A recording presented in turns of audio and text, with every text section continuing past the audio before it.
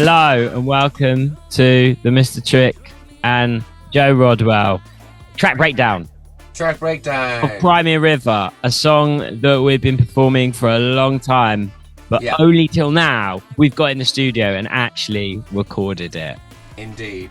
And I was going to ask you, because you basically started this as a little remix to start with, and I don't know how long ago that was, but that's how it came about initially, right? You were kind of doing a bunch of different remixes in this style. Was that for swing and bass at the time, or was it just it was just come out of, where did it come from, Richard? Well, basically when stems were available for AI splitting, if people don't know, of course you know, that's why you're here. I was like, well, I obviously want to remix these certain tunes that I've loved for so long and have been like a massive part of my life. So this was one of the list. Like, what? I can get the stems, so I'm doing it. That's sweet. Nice. That's how it happened. And then I was just saying that it did pretty well. It's got quite a lot of plays on the old SoundCloud, and Dom Whitty, the drum and bass guy on the bike, played it in his set. Nice. And so we've just been performing it. Have you got a little clip of that you can hit this day away from? Yeah, here's a clip.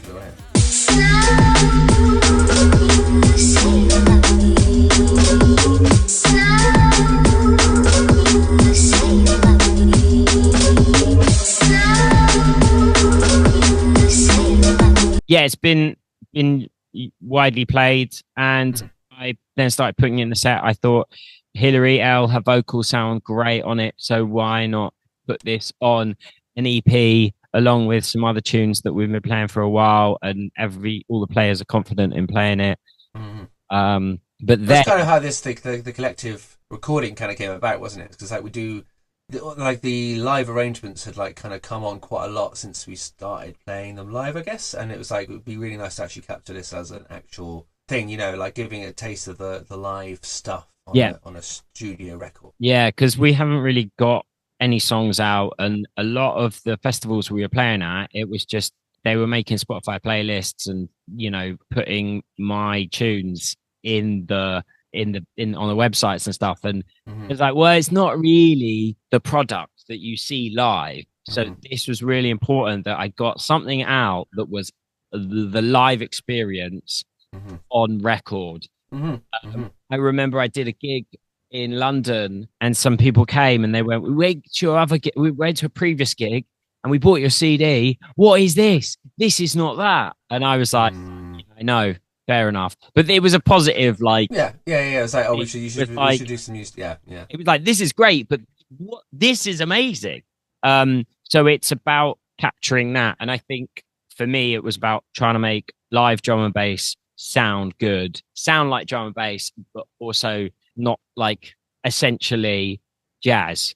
Yeah, that's been the crux of the journey, really, hasn't it? It's been how to make it slap like a drum and bass tune. If you were playing it on a drum and bass Spotify playlist, it wouldn't sound like out of place. Yeah.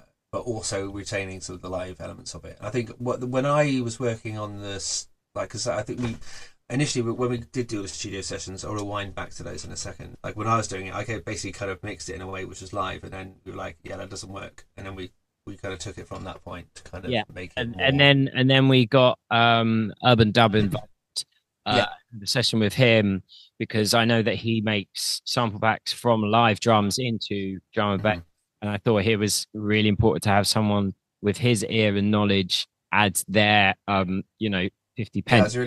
It's a good session. Yeah, and he's, that I know how serious he is on it, and how I've watched quite a few videos on how he's gone very geeky and deep into the physics of it all. And I thought it was really good to have him involved, because he said something really honest, and we had Chad in the session as well, and it was saying that if I'm a drum and bass head and I see live drum and bass and it doesn't sound like drum and bass, I'm just going to walk on. And that for me is really, really important. And it's also why this project's really, really hard, is because drum and bass, the people that are really into it are actually love their sound system culture. They love their high level audio, and they like drums and they like fat drums, you know. Mm. Whereas if you've got a jazz listener, will listen to the groove, whereas a drum and bass listener will listen to the groove and the quality in like the transients and how much everything Yeah. is like in your face. And I think we set ourselves quite a high bar by producing this type of music. And Mm-hmm. this has been such a long process, and it's taken, we've gone through so many journeys with these songs and what we were trying to produce, from being Mm-hmm.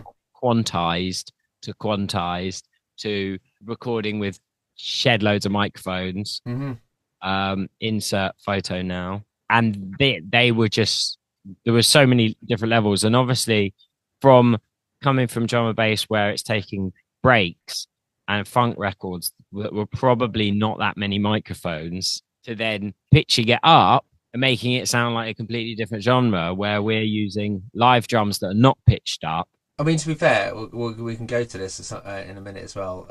Like Chad's setup is built to sound like those records. So we have got, like, he's got 3 snares on there, including like a piccolo snare, kind of just trying to make it sound like a pitched up thing as well. So part of the process was trying to get the instrumentation to sound more like sampled drums, which is quite an interesting thing. Trying to get your real drums sounding like that. It's a lot of drummers are trying to work on that as well, and it's a quite a fun area of the game. Yeah. And so, should we have a list to what you have? Yeah. So I think I tried to find a session which was pretty much after we recorded everything. So this is before I even kind of mixed it properly. Probably I have done a half mix. Don't get me wrong, but this is like not the one I sent to you. It's probably, as I think when we said, right, we've got everything recorded, and this is in the actually, I'm going to share now. This is the entire EP on one session. Yeah. How many tracks is that? 291. And I think, to be fair, some of those are bus channels. I mean, if I go click on hide, there'll probably be other bits. Not much. So yeah, I mean, it looks the same, but that's literally all 4 tracks. I think one of my biggest regrets was doing this, because it just slowed down my computer massively. And it was okay in the end, but the more I started mixing in this project, was like, okay, this isn't working. It was useful as a recording thing, because we were kind of able to copy settings and kind of, I mean, particularly like all the drums, which are in blue here. Don't know why the drums are in blue, because that's not the color drums should be, anyway. But that's all on the same tracks, right? So it's that's the main the constant, whereas everything else is clearly separate tracks as it goes down. But like some of the horn channels are staying the same, some of the bass channels are staying the same. But I thought, we can look at the drums first. Hopefully, I'm gonna play this. Let's look at these drums. Yeah. So I think I might have got rid of. I mean, as we said, we had many mics. I think I got rid of those. The ones we didn't use. I think there was they call a gobo mic somewhere, and another mic, but everything else is kind of the stage. So we've got kick, in and out, snare 1, top bottom, cross stick, which is just actually the same snare, I've just put it on a different channel, snare 2, top bottom, snare 3, we just had 1 bottom mic, and that was like the piccolo snare, the really high one. Room left and right, overhead left and right, floor tom, because we only had 1 tom, hi-hat, got a hi-hat too. We had 2 hi-hats as well. I remember that now, because we were playing with T-tails on various hi-hats to see what worked. The T-tail was a massive help. The hi-hat was just so like loud and clangy and bleeding into the snare mic that it was just like, it just sounded, for me, I was sounding horrible. Yeah, that's one of the hardest things to do, because you can do as much as you want in terms of mic placement, and both essentially mic placement and like control and stuff. But when you're actually playing it and you're playing loud drum and bass, that hat's still going to come through. Yeah. So there's elements of that which are an issue. And as you can see here, like with the snares, I just chopped them out. So obviously these mics are recording all the time, but if a snare 2 is not playing in this gap here, for instance, just had to cut it out. It's just to get as much control. I mean, I gated bits and here and there. We'll get to that. I think I did an overall gate on. Yeah, I did Oxford drum gate, which I will talk about, because it's. Am I allowed to swear on this? You can, but I was about to say we can't see it, but now we can. It's fucking amazing. Yeah. Particularly for this project, and we'll go through that anyway. But basically, loads of mics. I think we did a couple of weird ones. We did like a top smash, which I think was just like a distorted channel. Let's hope which I think we just routed all the tops to. and that's just the ride being smashed to death. We didn't end up using it much, Oh, but we remember that we kind of like it just did like a trash channel for the yeah, tops to see if it would work. It yeah. kind of sounded cool, but actually when it came to the reality of mixing it in, it was just like, yeah, it doesn't. I think It's easier to synthesize it afterwards. yeah, the session, I think it was good. I think we all just getting a bit too, like, oh, what if we'd use this bit of Yeah, like this hardware. Like I was playing with the Roland, Echo, yeah, yeah. We've Tape got Echo, that. and I I've was still like, got that on one of the channels here, but it's like, yeah. yeah, I mean, the thing is with that is it sounds so good yeah, compared to the plugin. yeah. But yeah, so yeah, It's what it, yeah, what it is. I'm gonna just play some drums and see what this sounds like. I am prepared where this is going to be, so we'll see what it sounds like in the. Okay. play it, not quantize or quantize. Not quantized. Quantize, yeah. And this is before we added any trigger samples or anything like that as well. So a lot of it is just being. Oh, I mean, I don't want to go massively plug-in heavy on. It's just, and I would have kept most of these on. Oxford, like the Oxford drum gate is doing a lot of work, mostly with a leveler. The thing I love about this project, actually, I've not used it on the kick here. I think I might have done it in another way, but the idea is you choose a target. Actually, I know I'm using on the snares. Let's do that. Right, let's get the snare one open. It allows you to control the volume of both the big hits and the ghost notes hits. Yeah, The best thing about it. So because we're kind of like wanting everything to hit basically the same level. I've 100%ed both here. So as we're going through, I'm missing some here.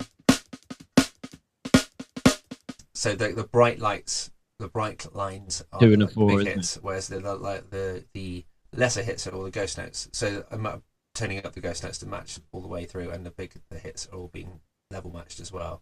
Yeah, because that was I remember we talked about that. It was one of the hardest bits of. It's like it's not Cad's fault, but like the ghost notes were just really loud, wasn't it? Yeah, We just wanted a bit more control, and we were just like. And I mean, you can just go through and cut each of those out, turn them down. It's long. It takes a long time. I mean, I've done that in the past. I've definitely done that in the past, but it's nice not to have to, and you just have a plugin that does it automatically. Was this through chatting to Urban Double? Or was that you? Right. No, I figured it out. I found it before. I figured it out. I can't say I can't. Sonox figured it out, and then I just happened to come across it. It was, it came up on a plugin deal, and I thought I'd heard of this before, and then I looked in. Yeah, I again, watched the videos. For drum and bass, this is definitely the one for live drums. I don't know. Maybe ghost notes are so important. Yeah, there's definitely other stuff like anything that's used like where ghost notes are really important to the sound of the drum. If you're able to have control of both of those, it's amazing. So yeah, and Chad loves to go crazy on the snare. Yeah, he does, and it's a big part of his sound, and it was really important to like capture that as much as we can. That's another example of it here. I think just no, bad example of it. Let's not use that at all. I mean, the fills for me were supposed to be kind of like a bit messy to sound like a break, and then sound like a jungle break, more crisper drum and bass groove. Yeah. So we had the three snares were like one. Wait, we can play each of them separately as it is anyway. So snare one's just kind of a straightforward, tight, normal sounding snare. Snare two is kind of a bit more vibey, a bit more ringy. And snare three is the piccolo snare, which doesn't get used much in this tune. And you got a bit of a ring on that as well, haven't you? There's a little bit of a ring on that as well, definitely. Yeah, I mean, all of these definitely had some like processing from me. I won't go through all of it because it's probably all kind of mismatching various bits of EQ, and I'm just pulling it as I'm hearing it. It was just trying to blend the whole thing together. It's a massive project, and when it comes to our live show, we're working with various sound engineers, more recently with Kyle, about the processing that goes through to try and get that sound, to get Chad sounding as fat as possible. I mean, the Boomtown show, the snare was just like bang in your face. And my mate, who's seen me and the band since the beginning, after the next day, was like, it sounded so good but different. And I'm like, what was it? And I was like, it was the it was the sessions of engineering, the session Yeah. of trying to make it happen. And It's working with Chad as well to kind of, because like it's hard to, not hard, but like he has his own style, right? And it's just trying to match that to how it works. And like he had to work on that for sure as well. I know that, yeah, but yeah, it sounded great. So I think a lot of it's done more with close mics as well. Like I think that was the key for this yeah, mix mostly. 100%. It's like Like the bleed, like we were saying, the bleed between the hi hat and the snare, and just trying to get that because when you were like you just playing the snare now, you still hear that, not right? is Yeah. yeah. Well, just I remember when we did this, and he was recording from his house, and he sent me the stuff, and I was like, even if I mute the hi hat mic, I'm still Still hearing hearing it, yeah. I mean, so. the hats, you can see just about from the level here, but like the hats are all really low. They're there because it actually does add a bit of control and stuff as well. And Mm, it allows it to kind of poke through and give mm. a bit of, You want, obviously yeah, slightly you pan kind as of well. want. But I wanted the hi hats of the transients, hmm but then not it all over the snare. yeah, that's it. We're going to untime our thing. We might have to splice together our beat. Yes. That's fine. Anyway, I'll play the drums all together again just to hear what's going on. But I mean, I'm just wanted to, I can't even remember how much overhead we use. Probably not that much. Like, yeah, it's just giving that a bit of room as well.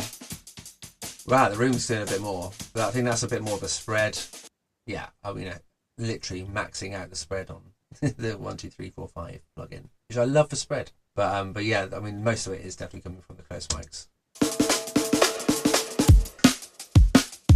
So we then took this and had a session with Urban Dub, and he said you might want to swap your kick drum out. Mm-hmm. Ended up resampling that kick, didn't we? We did. In fact, I'm going to open that session, talk about it because it's kind of useful to see what we did on that. And I think we like. How did we do that? I can tell by the session date, and this kind of tells you how long this project's been going on. This is the drum, everything recorded 2024, so that's where we were now. But this was February, I think we had that session. Yeah. I'm just going by the date on this project, but it was really good, and it was kind of like it was just pointed us a bit more in that drum and bass. But I remember Not purist, but you know what I mean, that kind of that world. reason why. Why did we have that session? What? You say you can't remember the reason why we had the session. No, why we swapped the kick for a triggered kick. Just so it punched through more. Instantly. That was it. Just because, like, as much as a real kick, and to be fair, I'm surprised we kept the real kick for as long as we did in lots of ways. I mean, to be fair, it sounded good. A bit of processing, yeah, but it's like it was definitely where I'll find it. Trigger. Is that one?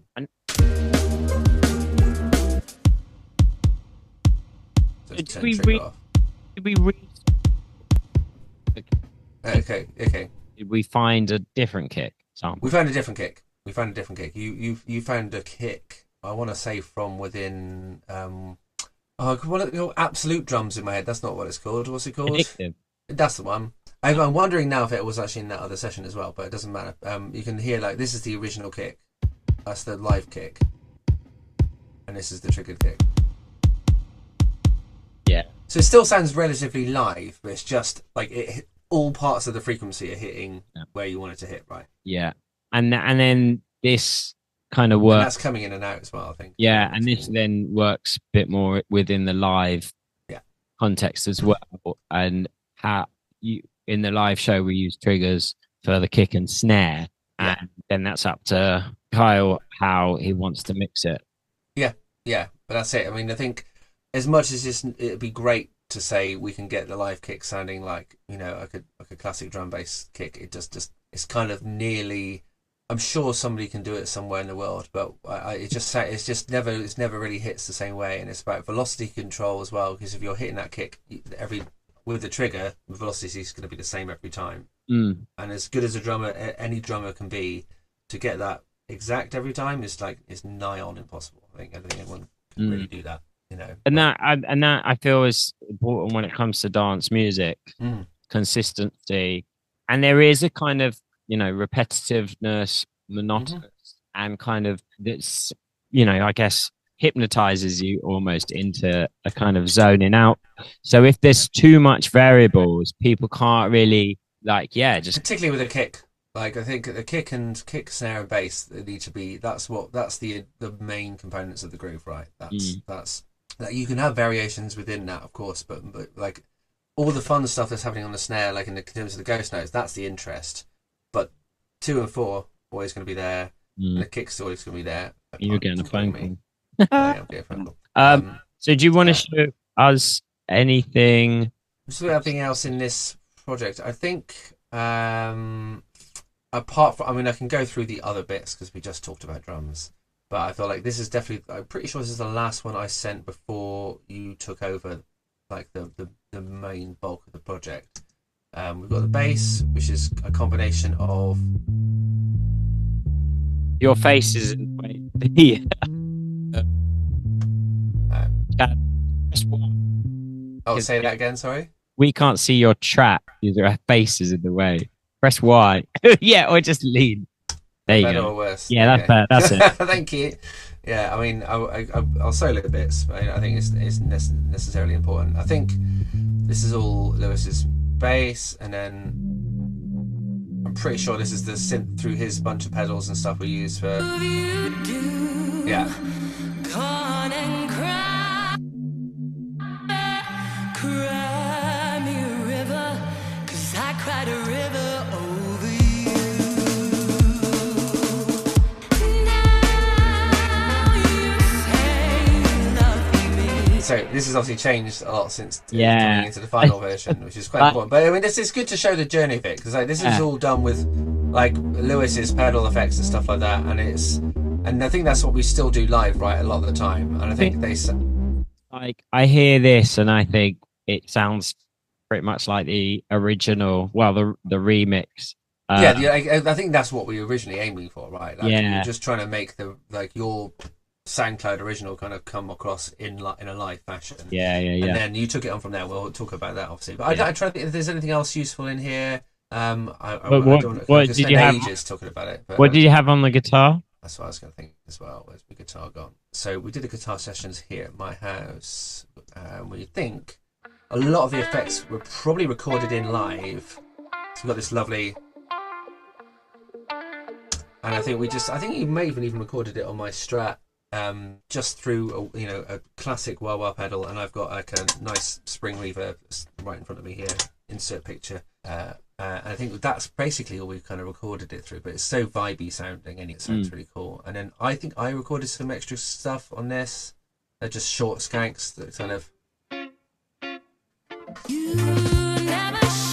blend in somewhere. But then I think the main drop bit was where we had fun. Very James Bond-esque. Yeah. Yeah, can we see No. what you did on the brass? Yes. I think we got rid of all the pitch. We had some cool pitch shifting things that don't think the final bit on the guitar. On the brass, this is originally this was like a string line or a synth line, I think. Yeah. Pick. Let's do the brass on this next. Oh, I'm going to have to stop the video and start again. Do you want to share the link? Yeah. I wish I don't have extensions anymore. Brass. Let's talk about brass. Brass. So yeah, I think nothing crazy is going on here. Although actually, I'm missing some files because this is an old project. I know what that was. I was trying to keep it relatively simple, as if we had I think it evolved again, but as if there was like a 3-piece / 4-piece horn section live. We should do 3-piece horn section live occasionally when budgets allow. Yeah. Let's be realistic about it. So yeah, some skanks. Going into UAD Sound City Studio, which I still love on horns. I'll just take that off. Oh, how dry! And then these trombones here are supposed to be going. But anyway, ignore them. Definitely. And then you pan them as well, right? Yeah. Oh yeah. No. What? There's no problem. It might have been outdated since odd that it's not panned. You pan quite heavily, and I used to pull it in a little bit, But Yeah, it's because it's. you come from the live world, and I'm coming putting it into a bit more. I think live slash pop where it doesn't matter. Like, it's like it's interesting. I always have this conversation with myself when I'm doing stuff now. Like, does it matter that it collapses a little bit in stereo, in mono, and it like is so genre specific? Because sometimes it's like doesn't Yeah. matter, really doesn't matter, So and it's some yeah you should say that because I think everything is changing now in the sense of sound systems are usually in stereo. yeah Sound systems usually want that wow effect, and you you'd be surprised. I've been listening to loads of tracks and listening to their sides and being like, they've got there's low stuff. ends on their sides, and they don't. I think it's interesting because I feel like this could be a whole conversation on its own because firstly I'm surprised that it's taken this long for sound systems to start being actually mostly stereo rather than mono. They still exist in mono, obviously, and subs are often still in mono, whatever happens. Like low end is often still in mono. I also think it's people going, yeah, but it sounds better in stereo, and just going, if then being then it's that thing. It's like if it doesn't sound good on the system, it's not my fault. It's the system Well, that's fault. it. I think Which it's is hard because, I think it's come from like, oh, we're cutting vinyl to yeah, sound system club world to no, I want it to sound amazing on Spotify and in headphones and AirPods. yeah. I think that's the what's happened in producers' conversations with and engineers' conversations going, I don't care. It needs to be Yeah, I think that's it. I think for a long time there's always been this consensus, particularly from dare I say older school, but I think it comes from that, and we listen to that, and we go, no, things need to be straight down the line mono to be really punchy and big, which still makes sense, right? It still makes sense. I think the ideal situation is it sounds great in both. yeah. And there is ways of doing that, but also not being worried about it being too wide. Like in my I think I'm going back to being mega wide. I think I started doing this a little bit, and I'm going like this. I'm going back out again, definitely.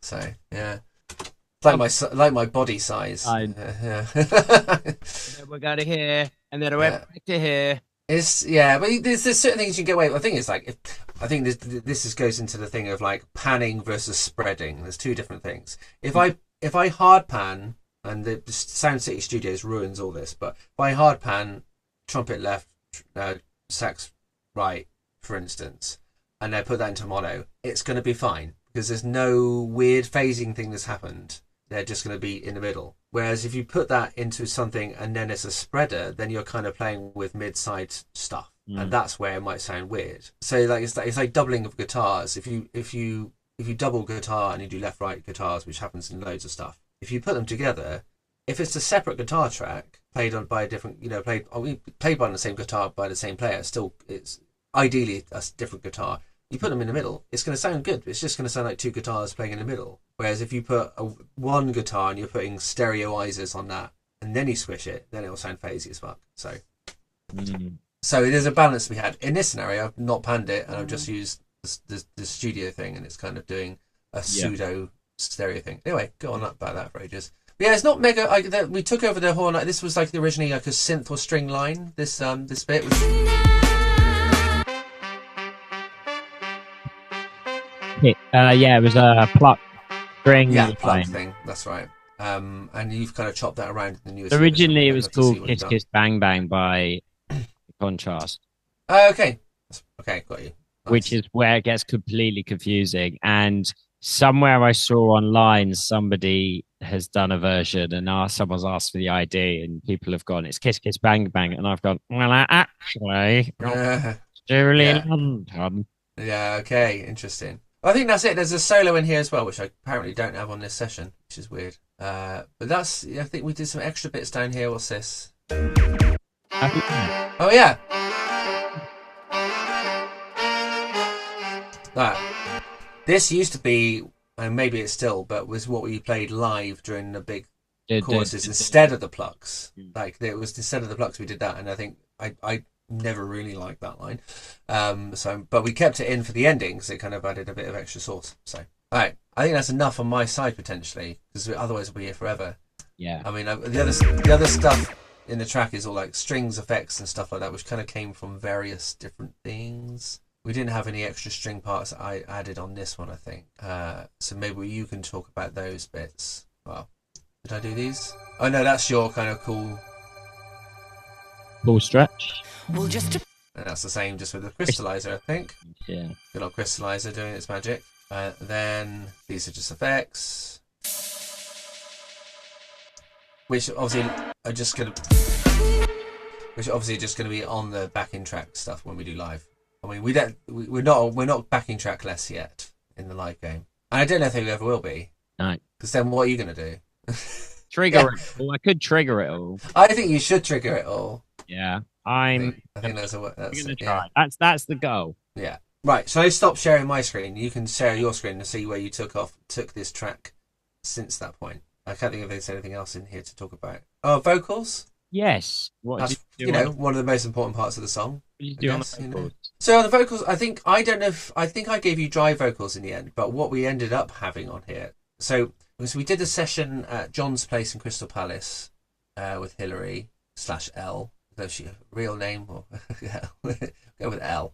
So we can chop this. So we did the vocal session at John's place in Crystal Palace, which is called One Cat Studios, or at least that's what it used to be called in Camberwell. I can't remember if it's the same name. He moved to Crystal Palace With L. mine, and yeah, L there from L and the Pocket Bells, according to classic U87. And I think this is like one of those times where you could just go mad with reverb, and I think we did. I mean, I've got 3 reverbs just on the channel here. I know you probably changed it since. Oh no, sorry, that's not reverb, that's a compressor. you nearly drove me out of my head. Okay. You never should. Valhalla. Valhalla just doing just the normal, like what you open it up with just a little bit less mix and decay, and then like the spring reverb from Big Sky, which I really like as well. But I think that's just kind of subtle. And there's also another. You've got a 6-second delay on the Big Sky. Yeah, but it's quite low. It's a really low mix. So Yeah. it's like your reverb is basically coming from this. Also, you've changed it, but like I quite like having like a short, like 1 second reverb being like the main thing, but like it doesn't ever really end. You just got this little tail that kind of continues on. I mean, I don't know what it sounds like without. You nearly drove me out of my head. You never should. Nice. It's gonna be subtle in the mix, right? Yeah. You know, but it just adds a little bit of that mechanical length. I was listening to the tape notes with Rudimental about how they do use Echo Boy for the kind of tails, and he was like, "This just sounds amazing," and it's like very drum and bassy, and it's true. Like within pop and liquid drum and bass, the reverb of the vocals. If you take that out, it just it's got that kind of, like we were saying before, the wow effect. It's always been kind of part of that, not just drum and bass, but a lot of electronic genres. Just like the reverb is just such a big part of like. And don't get me. I think now that there's more room for like drier sounding stuff in modern electronic stuff as well. I think that's kind of coming through for sure.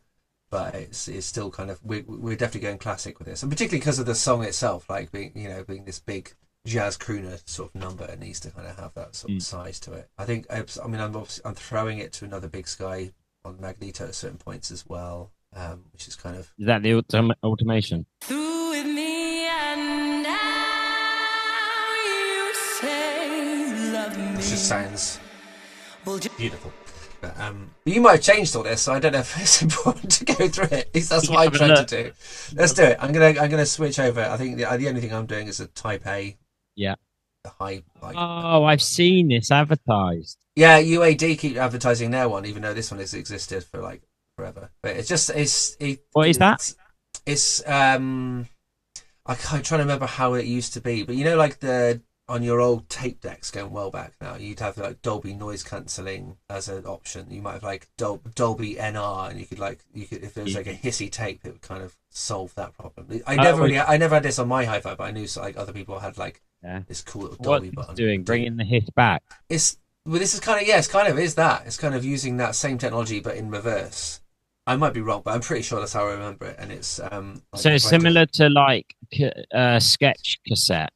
More like just like it's like a multi-band compressor just for the really tops. So if I play it, nearly drove me out of if I play it on its own, nearly drove me it sounds a bit gross.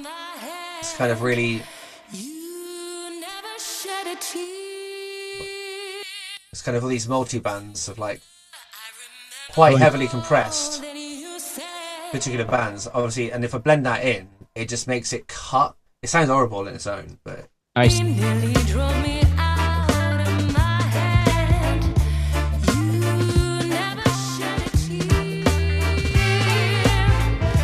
Remember, I remember. so it always just allows that, like, the top bite to just be consistent, basically, as it goes on. Okay, I'm going to stop sharing. Oh, That's up to you. You can definitely cut this down if you want to.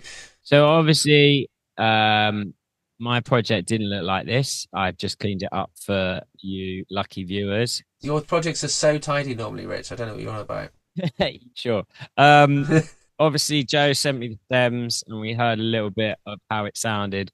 It was very much like the original, which is what we like the remix. Sorry, by Your original remix. Yeah. Conscious, my original. Too many layers. And then we spent ages on it, sorting it out, and I wanted to be sounding a little bit different. So I think that's we've. I feel like we should be learning this process more often, but I think there's definitely always going to be a point where I should just pass it on to you, because no matter how much we get done on a shared project, you started making tunes like I did. Basically, it's like just on your own, going, you know what I mean? And I think you needed a bit of time to do that. And you get lost in it and spend forever. The first thing I would say is that the drums were the biggest stress on the project. Yeah. Like, even my partner said this is the longest I've ever spent on a tune. Yeah. And we were trying to make live drum and bass, make it so live that it's quantized, but it's basically impossible because you're trying to line everything up. And if you're in one room playing together in separate recording, you can feel a groove and it all locks in. But when there's so many parts going on, it's really hard. So I had to, quantize it, but not quantize it so much that it lost the element of Chad's playing. Were you just quantizing like 1, 2, and 4? Yeah, pretty much. There were certain moments, because you've got to remember is that DJs are the ones that are going to promote this song, and if they can't play it and they can't mix it, they're not going to play it. And there's lots and lots of bands that are live, like for instance KOG and the Zongo Brigade. I've tried to DJ their songs, and I've had to put their songs into Ableton and time. Right, oh, really? Okay. Intro and Kane's Brassica, for instance, and it's like. DJs won't go to the levels that I've gone to be able to play them live. They just won't. Yeah. And really important. This is a conversation that I've had with Chad for a long time about it. And also the tops. So the tops, being the percussion element, need to be in time.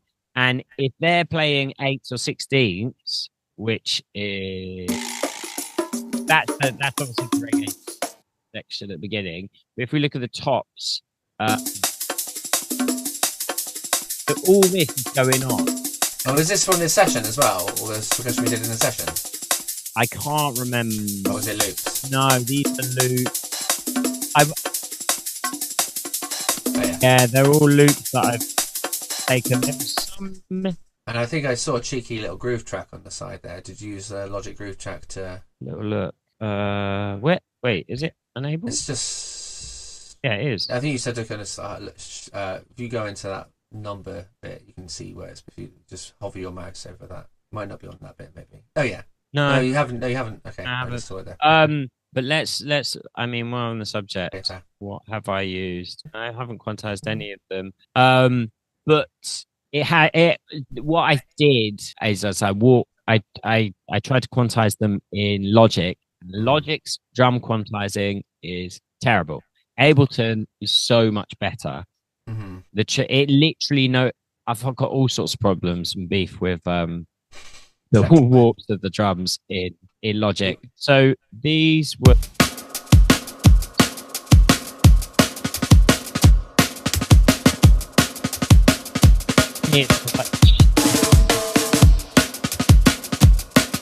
So have you broken that down into those like 3 stems there, basically? So you got like drum, it's drums like everything but kick and snare, I guess. Yeah, basically. Yeah, cool. And I also needed them as triggers for the side chaining. Sure. So then I obviously asked you for, Oh, you did do a separate. That's right. and yeah, so this again just took about hours.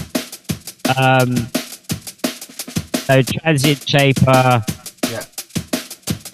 again, made it less narrowing. wide, and then trying to keep it at one level. Snare, what have I done? Flipper. Right, nice. Again, trying to get it all. So the snare was live, but the kick wasn't. So trying to get the snare, similar sort of thing. Top. On the, I've just clipped.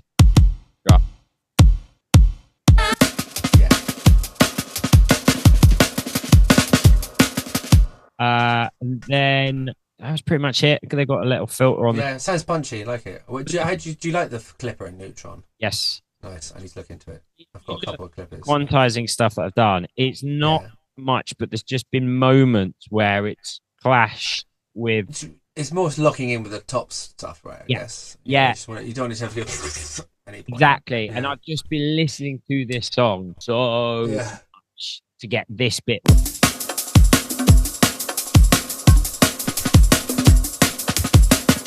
In the grooves, you know what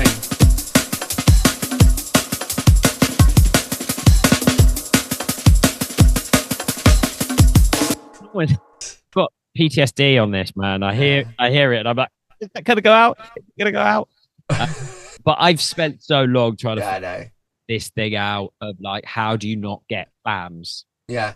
And the flams are just so audible. Once you can hear, and once you tune into them as well, that's where you can't hear anything else, right? Yeah. That's the thing. So that's the drums. I mean, it sounded good. Where it went.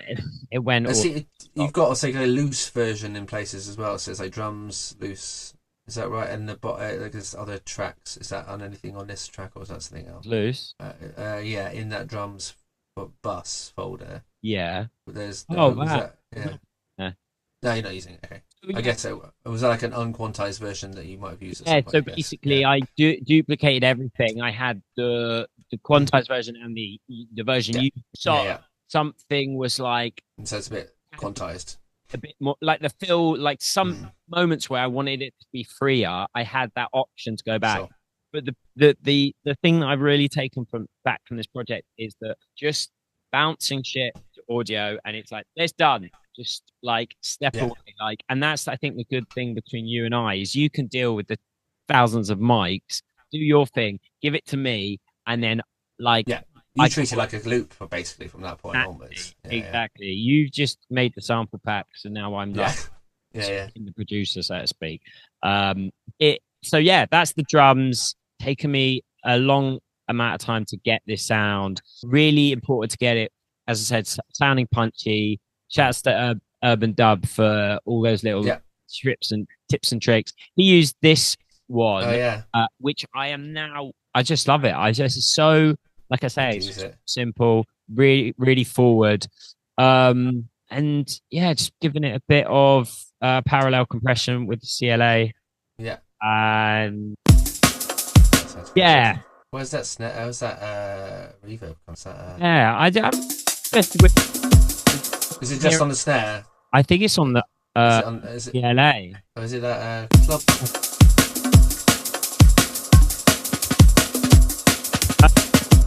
I think, is it just on the snare track? Yeah. There we go. Stuff. Sounds pretty springy to me. So I've got a sidewinder nut on the snare. I like to have my snares wide. And then we've got yes. Oh yeah, that's the one. So we went with the Space Echo because we were saying before that we had fun with it in the studio. Yeah.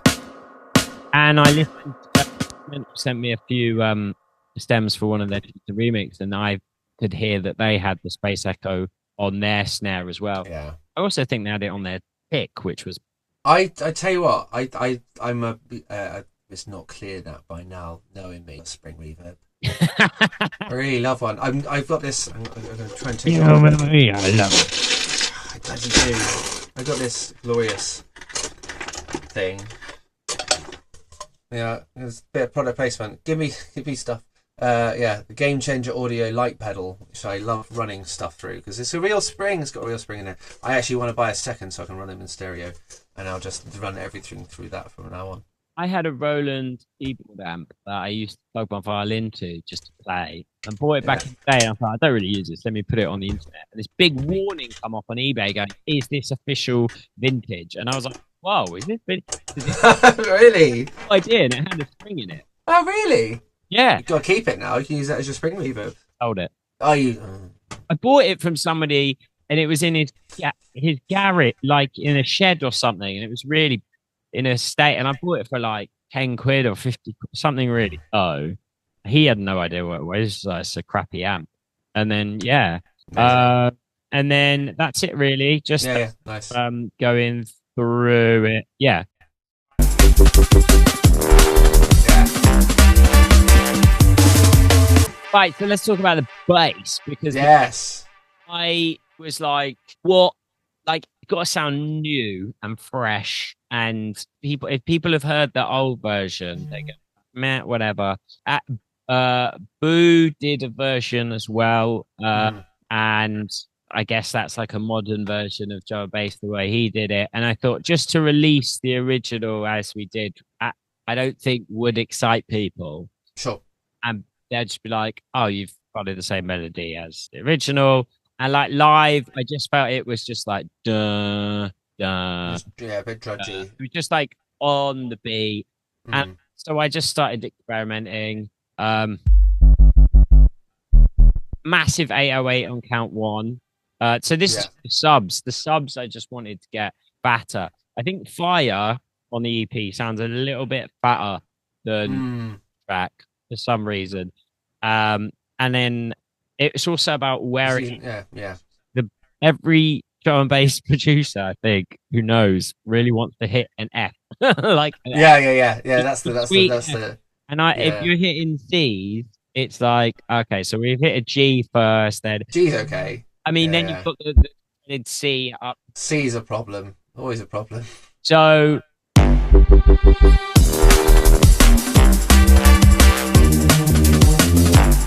yeah.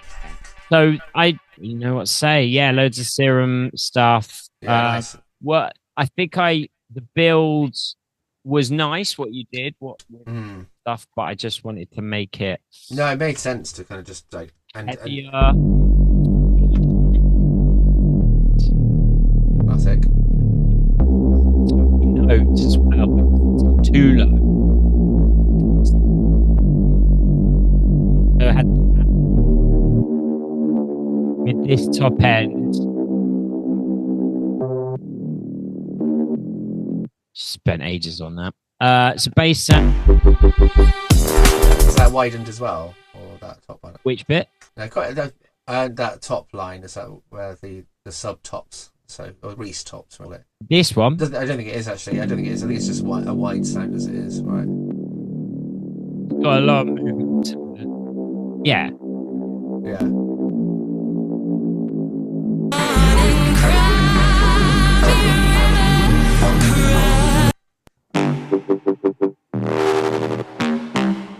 It's foghorn sound I was quite proud of. Yeah, that's cool. Like, yeah, lots going on there. Just just experimenting, and then a bit of Decapitator on there. Yeah.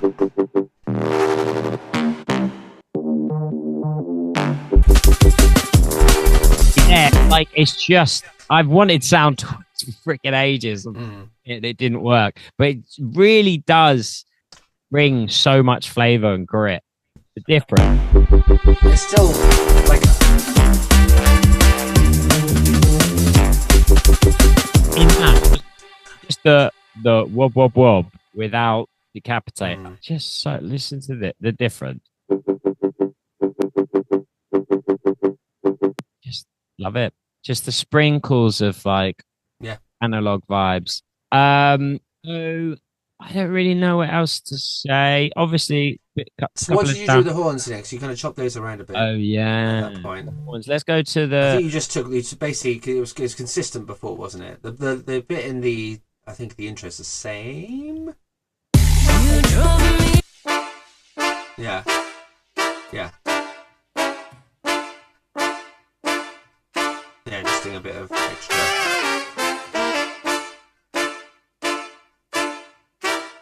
I brought the width down ever so slightly. Yeah. Some lovely pro. Oh, he's got the Q4. Mm-mm, mm-mm. Yeah, I'm a recent joiner, so Yeah. And,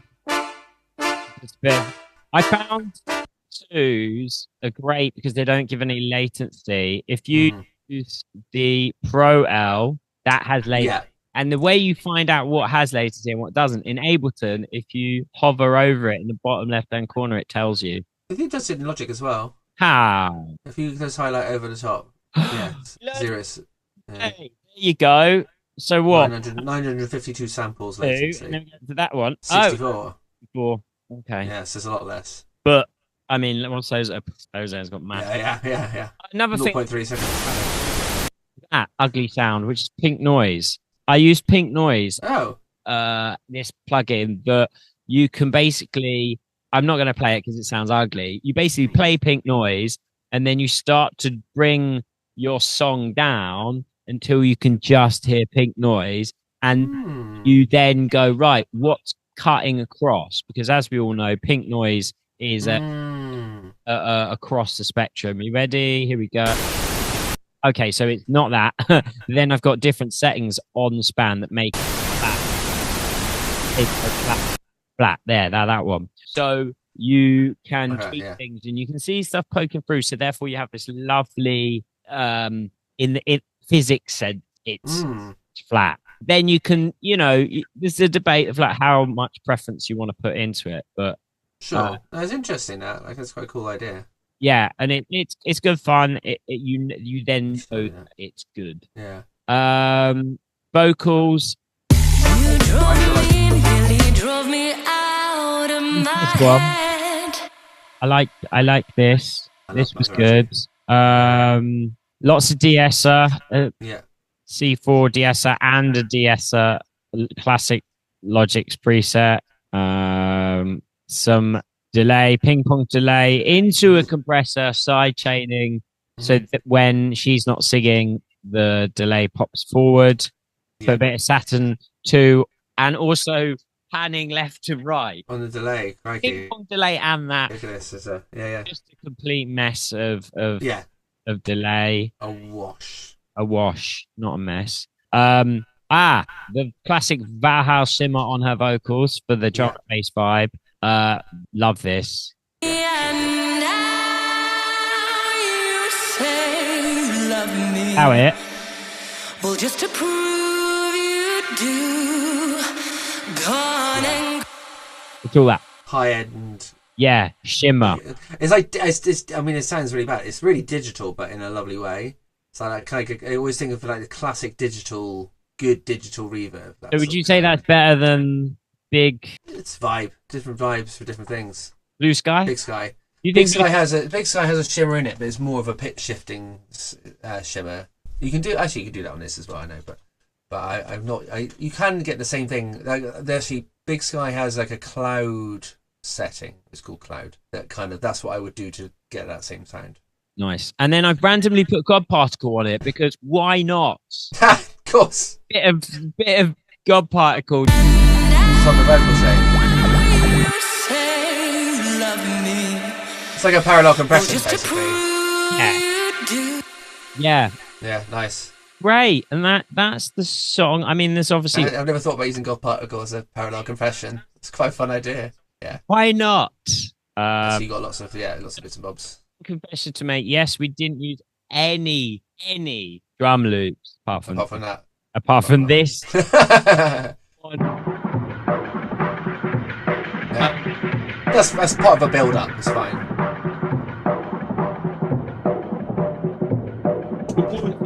I told you, and this on it just pitched it down 2 points. Oh, nice. Oh, okay, I see. That's quite cool. weird.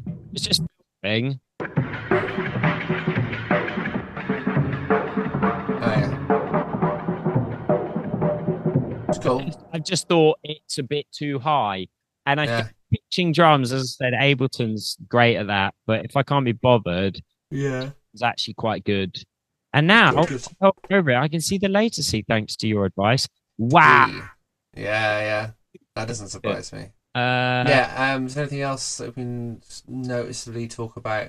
What was the biggest? I mean, the drums, I guess, were the biggest struggle, were they, to trying to get that kind of sitting right? Everything else is kind of. I know yeah, you took a while getting a bass arrangement together, maybe, but I think that's just like a trial and error, like trying little bits here and there, right? yeah, yeah. Sounds great. I think it's Yeah, really happy with it. I think one of the challenges of this record was me changing my mind in the section and going, can we make a reggae section at the beginning?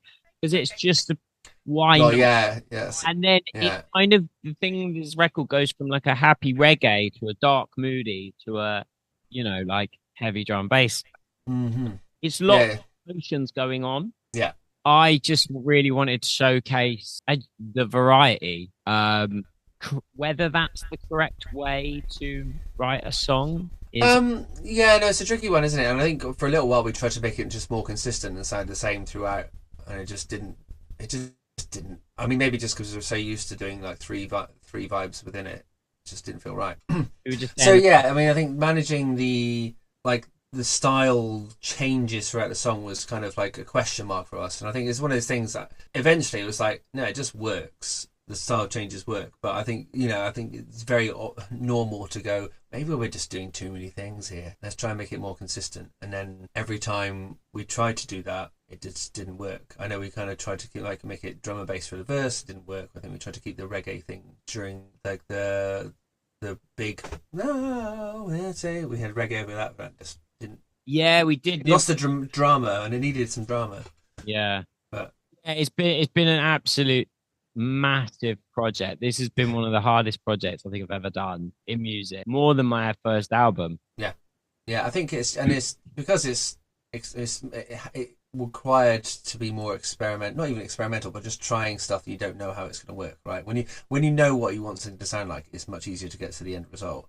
When you don't know what that needs to sound like, when you don't know the rules or how to get there, because there aren't any, it's kind of. I'd Yeah. almost go to say that I don't know anyone really that's tried to do this because you kind of don't do it. No, people are like, well, I'm not going to do that because that sounds too difficult. And instead, and I've been speaking to so many drummers from so many drum and bass bands, and you're really, really not going to like what I'm about to say, but London Electricity put out a song, and I asked their drummer.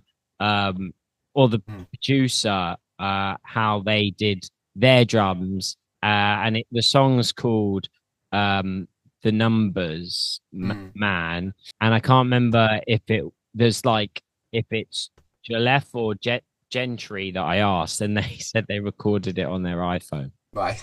The drum Really? on that record, he said, I recorded on an iPhone, and he's might put together a video explaining how they record. Ah, wow. Told you wouldn't like it. No, I don't dislike it. I think that's cool. Like it's a bold move. Yeah, and same as But yeah. Tamika's brass were recorded on a Zoom H4n, I think. Yeah, I can see that working. And Sometimes like a pristine studio quality thing ain't what it is. You know what I mean? It's not. That is it's the number of times. I mean, so many times I work on stuff where like it's recorded really cleanly, which is great, and then I'm trying to make it sound vibey.